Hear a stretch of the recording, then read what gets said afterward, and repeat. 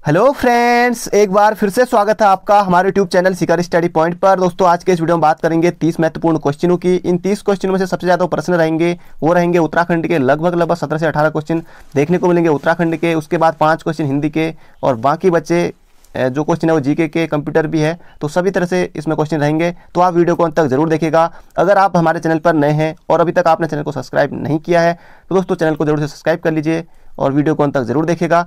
और ये जो प्रश्न है स्क्रीन पर, इसका सही जवाब आपको कमेंट बॉक्स में बताना है। इसके बाद बात करेंगे जो कल का प्रश्न था उसकी। पंच प्रयागों में ऊपर से नीचे के क्रम में तीसरा प्रयाग कौन सा है? महत्वपूर्ण प्रश्न है। इन जो प्रयाग हैं, जैसे पंच प्रयागों में से 5 महत्वपूर्ण प्रयाग हैं, लेकिन वैसे बात करें तो 13 से 14 लगभग प्रयाग हैं। पर ये पंच प्रयागों से लगभग हर एग्जाम में प्रश्न पूछा ही जाता है। आपको बताना है पंच प्रयागों में से ऊपर से नीचे के क्रम में तीसरा प्रयाग कौन सा है, आपको बताना। ऑप्शन है रुद्र प्रयाग, कर्ण प्रयाग, देव प्रयाग या फिर नंद प्रयाग। अब बात करते हैं कल के प्रश्न की। कल का प्रश्न तालु वाला था, जैसे द्रोणताल काशीपुर में है, बिल्कुल है, उसका सही है। द्रोणताल काशीपुर में है। यमताल सहस्त्रताल के समीप है, टिहरी में, ये भी बिल्कुल सही है। कांसरोताल राय वाला है। खिड़ाताल बद्रीनाथ में होकर के खिड़ाताल उत्तरकाशी में है, और ये भी बिल्कुल है। बद्रीनाथ में भी, बद्रीनाथ में नहीं, लेकिन वो ताल है उत्तरकाशी में, खिड़ाताल। बाकी बहुत सारे ताल उत्तरकाशी में है। तो आज अब बात करें दोस्तों आज के इंपॉर्टेंट क्वेश्चनों की। पहला प्रश्न है, समाचार पत्र से प्रश्न है पहला, और समाचार पत्र से लगभग हर एग्जाम में प्रश्न किसी न किसी एग्जाम में जरूर पूछा ही जाता है। प्रजाबंधु नामक समाचार पत्र के प्रकाशन का श्रेय किसे जाता है, यहाँ पर पूछा गया है। जयदत्त वेला को, कृपाराम मिश्र को, रामप्रसाद बहुगुणा को, या फिर इनमें से कोई नहीं। तो इसका सही उत्तर हो जाएगा प्रजाबंधु नामक समाचार पत्र के प्रकाशन का श्रेय जाता है जयदत्त वेला।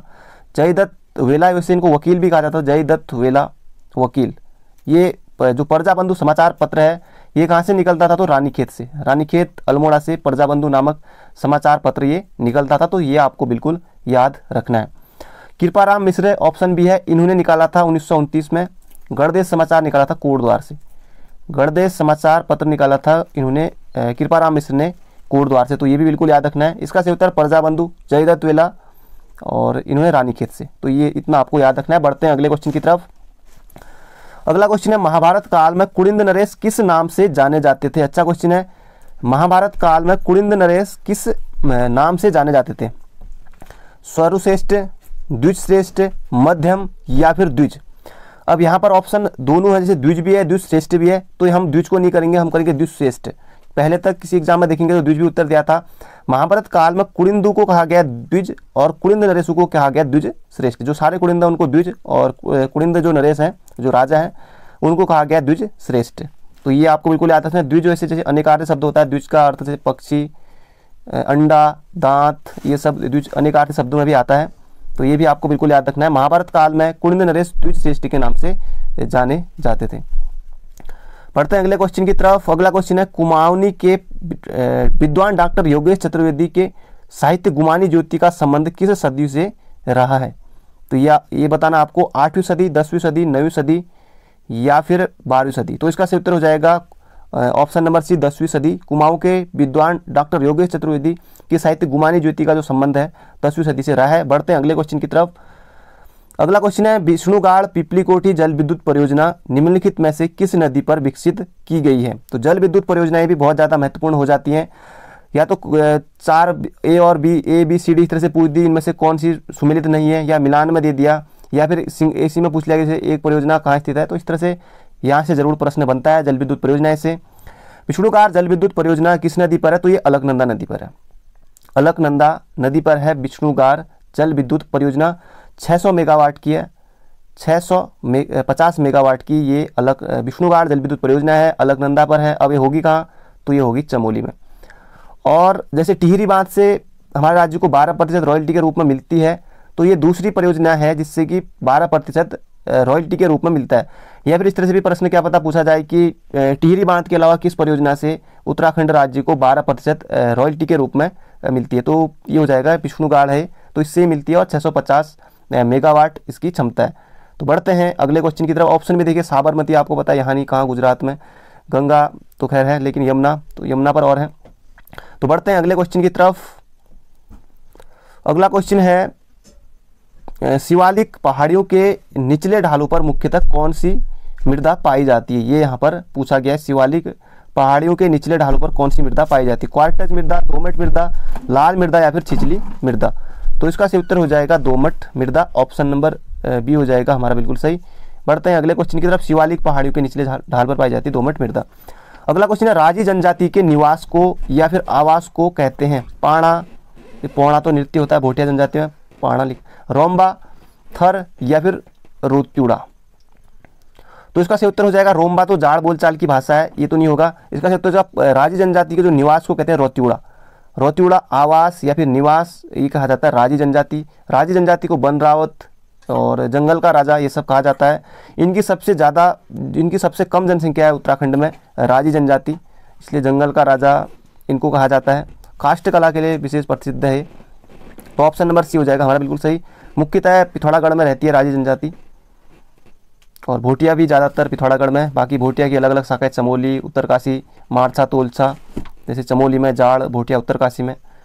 पढ़ते हैं अगले क्वेश्चन की तरफ। अगला क्वेश्चन है, चंपावत के बालेश्वर मंदिर से प्राप्त अभिलेख किस शासक से संबंधित है? ये आपको बताना, चंपावत के बालेश्वर मंदिर से प्राप्त अभिलेख किस शासक से संबंधित है?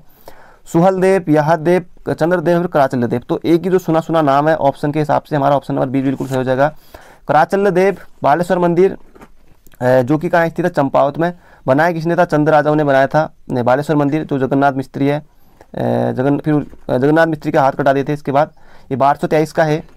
तो कराचल देव का चंपावत के बालेश्वर मंदिर से प्राप्त अभिलेख मिले हैं, चंपावत से कराचल देव के। बढ़ते हैं अगले क्वेश्चन की तरफ। अगला क्वेश्चन है, हरसिल क्षेत्र में सेब की विल्सन प्रजाति विकसित की गई किसके द्वारा? एडमिन विल्सन द्वारा, फ्रेडरिक विल्सन द्वारा, जॉन विल्सन द्वारा या फिर इनमें से कोई नहीं? तो हरसिल क्षेत्र, हरसिल का है, उत्तरकाशी में है। और सेब की प्रजाति विल्सन ने खुद अपने नाम से की थी। तो एडमिन विल्सन नहीं, जॉन विल्सन नहीं, फ्रेडरिक विल्सन द्वारा ये की गई थी। तो ऑप्शन नंबर बी हो जाएगा हमारा बिल्कुल सही। सेब के बागान लगाए थे हरसिल में इसने, और विल्सन की प्रजाति भी विकसित की थी। और हरसिल में आलू की खेती भी इस फ्रेडरिक विल्सन के द्वारा ही शुरू की गई थी हरसिल में। तो ये भी आपको बिल्कुल याद रखना है। तो बढ़ते हैं अगले क्वेश्चन की तरफ। अगला क्वेश्चन है, कीड़ा जड़ी का वैज्ञानिक नाम क्या है? पूछा जा सकता है एग्जाम में, कीड़ा जड़ी का वैज्ञानिक नाम क्या है? एक बार पहले पूछा भी गया था, यारसा गंबू क्या है, इस तरह से कीड़ा जड़ी कुछ इस तरह से वैज्ञानिक नाम तो नहीं, मतलब वैज्ञानिक नाम तो ये वाला तो नहीं आया था। कार्डिपस जैसे साइनोसिस है इसका वैज्ञानिक नाम, लेकिन वहाँ पर अलग तरह से बना था कीड़ा जड़ी क्या है करके। यारसा गंबू कीड़ा जड़ी क्या है? एक औषधि है, एक नदी, पर्वत, इस तरह के ऑप्शन बने थे। लेकिन कीड़ा जड़ी ये आपको बिल्कुल याद रखना है, एक औषधि तो है, पर इसका जो वैज्ञानिक नाम है यारसा गंबू औषधि है, पर कार्डिपस साइनोसिस हो जाएगा इसका सही उत्तर। कार्डिपस साइनोसिस कीड़ा जड़ी का हो जाएगा वैज्ञानिक नाम। अच्छा क्वेश्चन है, किसी न किसी एग्जाम में जरूर ये देखने को 1 नंबर के लिए मिल सकता है, कार्डिपस साइनोसिस कीड़ा जड़ी का वैज्ञानिक नाम। बढ़ते हैं अगले क्वेश्चन की तरफ। अगला क्वेश्चन है, बागनाथ मंदिर स्थित है पिथौरागढ़, नैनीताल, बागेश्वर या फिर देहरादून? तो बागनाथ मंदिर स्थित है बागेश्वर में। बागेश्वर में स्थित है बागनाथ मंदिर। इसका जीर्णोद्धार कराया था लक्ष्मीचंद ने 1602 में।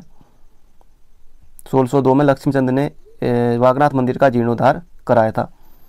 तो बढ़ते हैं अगले क्वेश्चन की तरफ। बागनाथ भगवान शिव का मंदिर है। बागनाथ उत्तरायणी पर बहुत मेला लगता है बागेश्वर में। अगर आप बागेश्वर जाएंगे तो बागेश्वर में सरयू नदी वहाँ पर है, तो बागेश्वर मंदिर भी है। तो ये आप जा सकते हैं, बागेश्वर काफ़ी अच्छी जगह है, मंदिर देख सकते हैं। पढ़ते हैं अगले क्वेश्चन की तरफ। अगला क्वेश्चन है, निम्नलिखित शब्दों में से एक तत्सम शब्द है, उसे चयनित कीजिए। ये बागनाथ मंदिर भी पहले पूछा गया था एग्जाम में। निम्नलिखित शब्दों में से एक तत्सम शब्द है, उसे चयनित कीजिए। तत्सम यानी कि संस्कृत समान एक शब्द है, उसे चुनना है। कुपुत्र, गुफा, अवतार या फिर घड़ा? अब देख के ही लग गया कि कुपुत्र जो है ये तत्सम है, इसका कपूत होगा कुपुत्र का, कुपुत्र हो जाएगा तत्सम। बाकी ये तद्भव है, अवतार है तद्भव है, घड़ा तद्भव है, गुफा ये भी तद्भव, कुपुत्र हो जाएगा तत्सम, ऑप्शन नंबर ए। अगला क्वेश्चन है, निम्नांकित वाक्यों में क्रिया विशेषण युक्त वाक्य कौन सा है?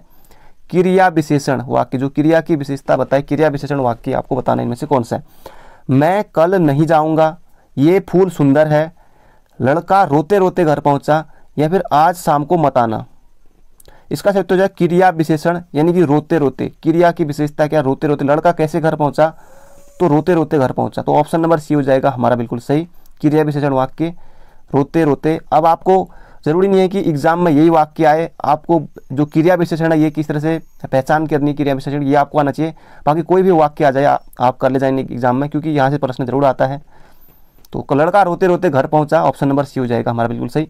बढ़ते हैं अगले क्वेश्चन की तरफ। अगला क्वेश्चन है निम्नलिखित शब्दों में से कौन सा शब्द केसरी का पर्यायवाची है। बहुत बार पूछा गया, बहुत ज़्यादा इंपॉर्टेंट क्वेश्चन है। केसरी का पर्यायवाची है मृगेंद्र, तुरंग, भुजंग या फिर अनंग। तो अनंग तो है नहीं, अनंग है कामदेव का, अनंग कामदेव का, कामदेव भी बहुत आता है एग्जाम में, कामदेव मार अनंग, कामदेव का। भुजंग ये हो जाएगा सर्प का, सांप सर्प भुजंग।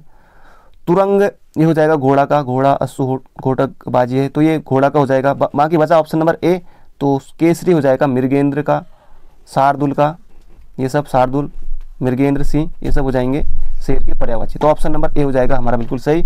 बढ़ते हैं अगले क्वेश्चन की तरफ। अगला क्वेश्चन है निम्नलिखित में से कौन सा उच्छ्वास का संधि विच्छेद है, ये आपको यहाँ पर बताना है। जैसे पिछली बार एग्जाम में कई बार बना है कि उत्तन चारण उच्चारण, तो इसमें कौन सी संधि, जैसे उत्तधन चारण, तो ये तो मैंने बता दिया उत्तधन चारण, तो सेम ही इसमें भी होगा उच्छ्वास में, जैसे होने को दोनों में व्यंजन संधि है, जैसे उत्तधन चारण लिखा, इसमें भी व्यंजन संधि है उच्चारण, और इसमें भी व्यंजन संधि है उच्छ्वास में। उत्तधन श्वास, उत्तधन श्वास, उच्च धन ये तो होगा नहीं, ये हो जाएगा ऑप्शन नंबर डी, उत्तधन श्वास, ये हो जाएगा, इसमें हो जाएगी व्यंजन संधि, व्यंजन संधि हो जाएगी उच्छ्वास में, तो ये बिल्कुल याद रखना है व्यंजन संधि। हालांकि संधि जो सिलेबस में दिया हुआ है सिर्फ स्वर संधि है, लेकिन हर बार जैसे आयोग ने विसर्ग संधि भी पूछी हुई है, ऐसा नहीं है, पर संधि जो ज़्यादा इतना बड़ा है नहीं कि आप नहीं पढ़ सकते। विसर्ग संधि, व्यंजन संधि, बाकी संधि जैसे 3 तरह की होती है, स्वर संधि, व्यंजन संधि, विसर्ग संधि। स्वर संधि के 5 भेद होते हैं, वही सिलेबस में दिए हैं, लेकिन आप सभी पढ़ के जाएंगे, क्योंकि विसर्ग संधि कौन सी विसर्ग संधि नहीं है, कौन सी स्वर संधि है, ज़्यादा बड़ा टॉपिक है नहीं, आप सभी पढ़ सकते हैं। तो इसमें हो जाएगी उच्छ्वास में उत्तधन श्वास व्यंजन संधि, और ऑप्शन नंबर डी हो जाएगा हमारा बिल्कुल सही। अगला क्वेश्चन है सुरक्षित वातावरण बनाने का सही और सीधा तरीका यह है, पर यहाँ पर आपको भरना है। इस तरह के क्वेश्चन भी आपको एग्जाम में देखने को मिल सकते हैं कि यहाँ पर भरना है, पहले तक पूछा गया। अगर ज़्यादा नंबर का जैसे पेपर होगा तो निश्चित रूप से वहाँ पर इस तरह के आएंगे, हालांकि जैसे कम पेपर है तो एक क्वेश्चन के लिए इस तरह का भी प्रश्न पूछा जा सकता है। सुरक्षित वातावरण बनाने का सही और सीधा तरीका यह है कि प्रसन्नता, संतोष, उत्साह, उल्लास की यहाँ पर भरना रहेगा, बनाए रखने का पूर्ण यहाँ पर किया जाए, क्या किया जाए, दिए गए विकल्प में से उचित शब्द की पूर्ति करें। तो यहाँ पर हम भर के देखते हैं। सुरक्षित वातावरण बनाने का सही और सीधा तरीका यह है कि प्रसन्नता, संतोष, उत्साह और उल्लास की स्थिति बनाए रखने का पूर्ण प्रयत्न किया जाए। अव्यवस्थित तो नहीं होगा ये, परिस्थिति उल्लास की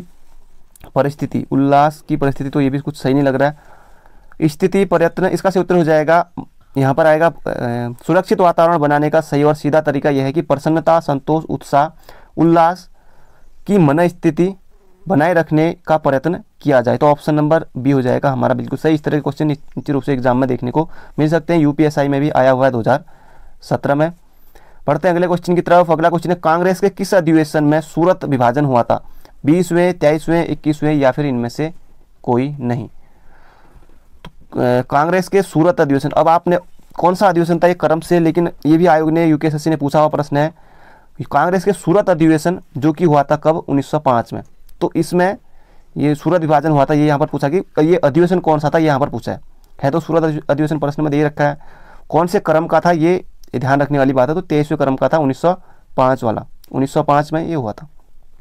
तो ये आपको बिल्कुल याद रखना है, कांग्रेस के विभाजन में किस अधिवेशन में सूरत का विभाजन, तो 23वें 1905।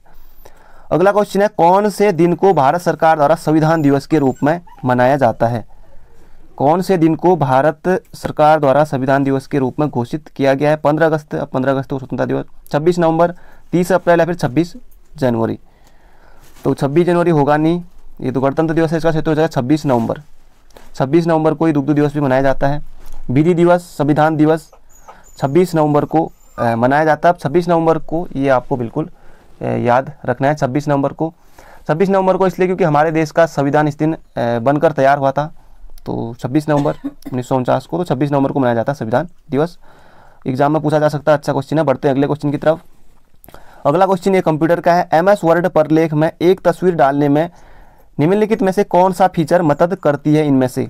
Image art, clip art, graphic art या फिर पिक्चर आर्ट। तो इसका सही उत्तर हो जाएगा क्लिप आर्ट है नहीं, इमेज आर्ट ये भी नहीं है, ग्राफिक्स आर्ट भी नहीं है, इसका सही उत्तर है picture art, option number C हो जाएगा हमारा बिल्कुल सही। MS वर्ड में प्रलेख में एक तस्वीर डालने में पिक्चर आर्ट की हम मदद कर लेते हैं, तो ऑप्शन नंबर सी हो जाएगा बिल्कुल सही। बढ़ते हैं अगले क्वेश्चन की तरफ। अगला क्वेश्चन है मुस्लिम लीग ने पाकिस्तान के निर्माण के लिए किस दिन को प्रत्यक्ष कार्रवाई दिवस के रूप में मनाने की घोषणा की थी? 17 अप्रैल 1940, 16 अगस्त 1946, 14 अगस्त 1947 या फिर उपरोक्त में से कोई नहीं। मुस्लिम लीग ने पाकिस्तान के निर्माण के लिए 16 अगस्त 1946 हो जाएगा हमारा बिल्कुल सही, ऑप्शन नंबर बी। 16 अगस्त 1946 के दिन प्रत्यक्ष कार्रवाई दिवस के रूप में मनाने की घोषणा की थी। तो ये हो जाएगा हमारा सही उत्तर। बढ़ते हैं अगले क्वेश्चन की तरफ।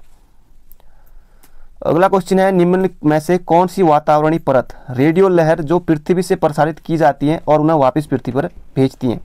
मध्य मंडल, आयन मंडल, क्षोभ मंडल या फिर समताप मंडल? तो ये आयन मंडल के हैं, ऑप्शन नंबर बी हो जाएगा हमारा बिल्कुल सही। वातावरणीय परत रेडियो तरंगें पृथ्वी से प्रसारित की जाती हैं, उन्हें आयन मंडल पर जो भेजती है, ये इसका सूत्र हो जाएगा आयन मंडल। समताप मंडल में ओजोन पाई जाती है, यहाँ से भी प्रश्न बनता है, ओजोन पाई जाती है समताप मंडल में, और समस्त जो हवाई जहाज उड़ते हैं यहीं उड़ते हैं। क्षोभ मंडल में जो मौसम बनना ये सब जो भी घटनाएं होती हैं तो यहाँ यहीं होती है क्षोभ मंडल में। तो इसका सही उत्तर हो जाएगा वातावरणीय परत जो रेडियो तरंगें पृथ्वी से प्रसारित की जाती है उन्हें वापस भेजती है, तो आयन मंडल, ऑप्शन नंबर बी। अगला क्वेश्चन है, किन नदियों को सास बहू के नाम से जाना जाता है? गंगा यमुना, रामगंगा, काली, भागीरथी, अलकनंदा या फिर उपरोक्त में से कोई नहीं। तो किन नदियों को सास बहू के नाम से जाना जाता है? तो ये सास भागीरथी को, अलकनंदा बहू को। भागीरथी और अलकनंदा संगम होता है देवप्रयाग में, पंच प्रयागों में पांचवा प्रयाग है, तो ये ऑप्शन नंबर सी हो जाएगा हमारा बिल्कुल सही। सास भागीरथी और बहू अलकनंदा। और सास बहू खेत है, ये कहाँ स्थित है? सास बहू खेत, तो ये बागेश्वर में है, बागेश्वर में है सास बहू खेत, सास बहू भागीरथी और अलकनंदा। बढ़ते हैं अगले क्वेश्चन की तरफ। अगला क्वेश्चन है, उत्तराखंड विधानसभा में अन्य पिछड़े वर्ग यानी कि ओबीसी के लिए कितनी सीटें आरक्षित हैं? 2, 13, 10। अन्य पिछड़े वर्ग के लिए कोई सीट आरक्षित नहीं है। हर एग्जाम में जैसे हम पढ़ते हैं एससी के लिए कितनी सीटें हैं, ओबीसी के लिए कितनी सीटें हैं, नहीं ओबीसी के लिए नहीं, एसटी के लिए कितनी है? तो एससी के लिए जो है 13 है, एससी के लिए 13 हैं, एसटी के लिए 2 हैं, एसटी के लिए 2 हैं, एक नानक मत्ता और चक्रा था। तो ओबीसी के लिए कहीं पर भी आपको देखने को नहीं मिलेगा, आपने पढ़ा भी बिल्कुल नहीं होगा। अन्य पिछड़े वर्ग यानी कि ओबीसी के लिए कोई भी सीट उत्तराखंड विधानसभा जो 70 सीटें हैं उनमें से एक भी आरक्षित नहीं है, तो ऑप्शन नंबर डी हो जाएगा हमारा बिल्कुल सही। बढ़ते हैं अगले क्वेश्चन की तरफ। अगला क्वेश्चन है, सुदर्शन शाह द्वारा अपने काल में उच्च कोटि के विद्वान रहे और उनके द्वारा सभासार नामक ग्रंथ कितने खंडों में विभाजित है? पहली बात तो प्रश्न से एक प्रश्न बन जाता है कि सुदर्शन शाह द्वारा जो रचित ग्रंथ है वो सभासार है, किस भाषा में है? ब्रज भाषा में है, ब्रज भाषा में है। अब कितने खंडों में है? तो ये भी इंपॉर्टेंट है क्योंकि पूछा जा सकता है 7, 9, 11 या फिर इनमें से कोई नहीं। तो सुदर्शन शाह द्वारा जो सभासार नामक ग्रंथ है 7 खंडों में है, ऑप्शन नंबर ए हो जाएगा हमारा बिल्कुल सही। ब्रज भाषा में है, ब्रज भाषा में है सुदर्शन शाह द्वारा जो रचित सभासार है, इसलिए सुदर्शन शाह को कलाविदों का शिरोमणि भी कहा जाता है, कलाविदों का शिरोमणि। बोलंदा बद्रीश टिहरी की जनता थी जो टिहरी रियासत में, उनको बोला जाता था। तो 7 हो जाएगा इसका सही उत्तर, 7 खंडों में है सभासार। एक एग्जाम में ये पूछ लिया था सभासार किसकी है, तो सभासार है सुदर्शन शाह की। अगला क्वेश्चन है, ट्रेल पास कहाँ स्थित है? चमोली, बागेश्वर, पिथौरागढ़, उत्तरकाशी या फिर इन उपरोक्त में से कोई नहीं। तो ट्रेल पास बागेश्वर है, पिथौरागढ़ भी है, इन दोनों के बीच में ट्रेल पास। खोज क्योंकि ट्रेल महोदय के द्वारा इसकी खोज की गई थी 1830 के आसपास, और एक एग्जाम में इस तरह से बना था कि किस कमिश्नर के नाम पर एक दर्रा भी है, तो यही दर्रा है ट्रेल, इनके नाम पर ही ट्रेल पास दर्रा जो कि बागेश्वर और पिथौरागढ़ के बीच में। ऑप्शन नंबर बी हो जाएगा हमारा बिल्कुल सही, ट्रेल के नाम पर ही दर्रा है। बढ़ते हैं अगले क्वेश्चन की तरफ। अगला क्वेश्चन है, बाकी बहुत सारे दर्रे हैं वो आपको याद करने पड़ेंगे, जैसे तिब्बत के बीच, जैसे उत्तरकाशी और तिब्बत के बीच कौन से हैं? चमोली तिब्बत, इस तरह से पिथौरागढ़ तिब्बत, जैसे दारमा ब्यास घाटी कौन सा दर्रा जोड़ता है? शिमला दर्रा, चंपावत पिथौरागढ़, लास्पा दर्रा, जैसे इस तरह के दर्रे आपको याद करने पड़ेंगे। अगला क्वेश्चन है, हर रोज दोस्तों कोई ना कोई दर्रे से जरूर क्वेश्चन में लाते रहूँगा। अगला क्वेश्चन है, उत्तराखंड प्रशासनिक अकादमी कहाँ स्थित है? हरिद्वार में, चमोली में, नैनीताल में या फिर देहरादून में? तो इसका सही उत्तर जिन्होंने देहरादून किया, देहरादून में नहीं है, इसका सही उत्तर है नैनीताल में। ये RS टोलिया के नाम पर है, देहरादून में है। उत्तराखंड प्रशासनिक अकादमी ऑप्शन नंबर डी हो जाएगा हमारा बिल्कुल सही। देहरादून में जो मसूरी में है, 1 सितंबर 1959 को जिसकी स्थापना हुई थी, लाल बहादुर शास्त्री प्रशासनिक अकादमी लबासना, तो वो है मसूरी में, जहाँ जो IAS बनते हैं उनकी ट्रेनिंग ये होती है मसूरी में। नैनीताल में दोस्तों अगर आप BPDO में अगर आपका चयन हो जाता है तब आप यहाँ भी आप जाएंगे ट्रेनिंग में, यहाँ भी कुछ टाइम की ट्रेनिंग होती है BPDO में। उत्तराखंड प्रशासनिक अकादमी नैनीताल में, यहाँ आप जाएंगे। बाकी अगर जैसे अच्छे पद पर अगर आपका चयन हो जाता है, जैसे जो पीसीएस अधिकारी बनते थे, एसडीएम वगैरह, तो यहाँ उनकी ट्रेनिंग भी होती है। अगला क्वेश्चन है, संपूर्ण भारत के भूभाग में मुक्त रूप से आवागमन करने का अधिकार, आपको बताना है इनमें से संपूर्ण भारत के भूभाग में मुक्त रूप से आवागमन करने का अधिकार भारतीय संविधान के किस अनुच्छेद में मौलिक अधिकार है? अनुच्छेद 19, अनुच्छेद 24, अनुच्छेद 21, अनुच्छेद 14। अनुच्छेद 14 में विधि के समक्ष समता है तो है नहीं। शोषण के विरुद्ध अधिकारों में ये भी आता है। इसका सही उत्तर 21 या 19, तो इसका सही उत्तर हो जाएगा अनुच्छेद 21 में है।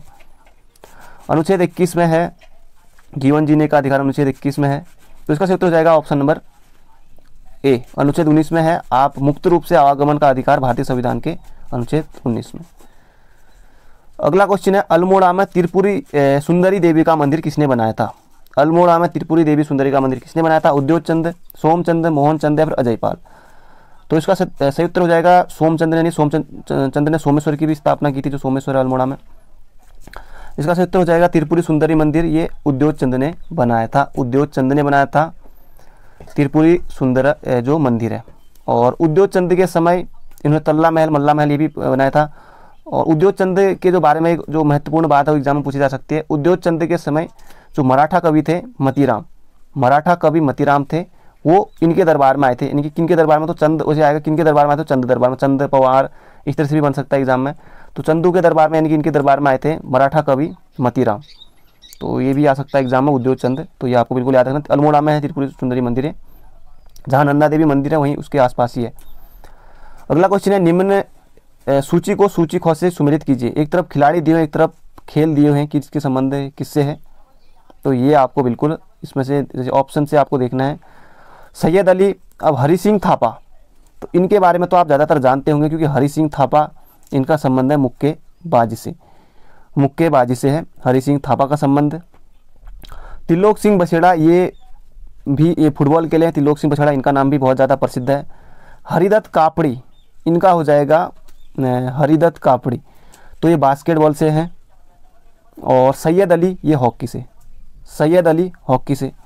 तो इस तरह से हमारा ये बनेगा, इस तरह से हमारा बनेगा। तो हरि सिंह थापा मुक्केबाजी है। ऑप्शन में देख लेते हैं कौन सा ऑप्शन सही इसमें बैठ रहा है। तो सैयद अली, जैसे स्टार्टिंग में बताया मैंने, सैयद अली, अंत में सैयद अली हॉकी, और हरिदत्त कापड़ी ये हो जाएंगे बास्केटबॉल से। हरि सिंह थापा मुक्केबाजी, त्रिलोक सिंह बछेड़ा फुटबॉल। तो ये पहले में 4 लगा था, तो ऑप्शन नंबर बी लग रहा है जहाँ तक सही। ऑप्शन नंबर बी हो जाएगा हमारा बिल्कुल सही। पर ऑप्शन बिल्कुल याद मत रखिए, इनको याद रखिए कि इनका कहाँ है। तो बढ़ते हैं अगले क्वेश्चन की तरफ। अगला क्वेश्चन है, सविनय अवज्ञा आंदोलन के समय, जब सविनय अवज्ञा आंदोलन कब 1930 में का उत्तराखंड में नेतृत्व किसने किया था? दोस्तों ये हमारा आखिरी क्वेश्चन है। अभी तक आपने वीडियो को लाइक नहीं किया तो एक लाइक जरूर कर दीजिए। बाकी मिलेंगे कल को एक नई वीडियो में। सविनय अवज्ञा आंदोलन 1930 का नेतृत्व किसने किया था? बद्रीदत्त पांडे, पूर्णानंद तिवारी, रामदत्त या फिर गोविंद बल्लभ पंत।